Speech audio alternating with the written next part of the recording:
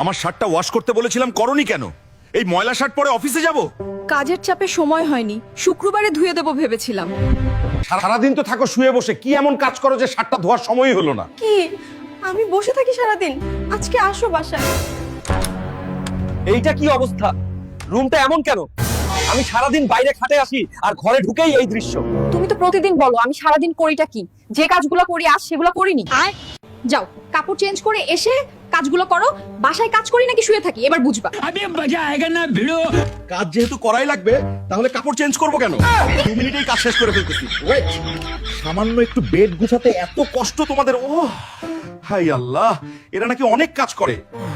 रुको जरा सबर करो। শেষ পর্যন্ত আমাকে দিয়ে টয়লেটই পরিষ্কার করাচ্ছ। তাড়াতাড়ি শেষ করো, তারপর রান্না করতে যাও। আমার রান্না? এইসব ঝামেলার কাজ ভালো লাগে না। বলছিলাম শুধু ডিম ভাজি করি, শুনলে না? যাই হোক, খাবার সেই স্বাদ হবেই। দেখো, এটা কি রান্না করছো? খাওয়া যায় এটা? সংসার সামলানো এত সোজা না, এখন বুঝলে? সারাদিন এত কষ্ট করেও দিন শেষে বউয়ের মন পাইলাম না, বুঝলে বন্ধুরা? আসলে একটা সংসারে বউয়েরা অনেক কষ্ট করে। আমরা যেমন বাইরে কষ্ট করি, তেমনি তারা বাসায় কষ্ট করে।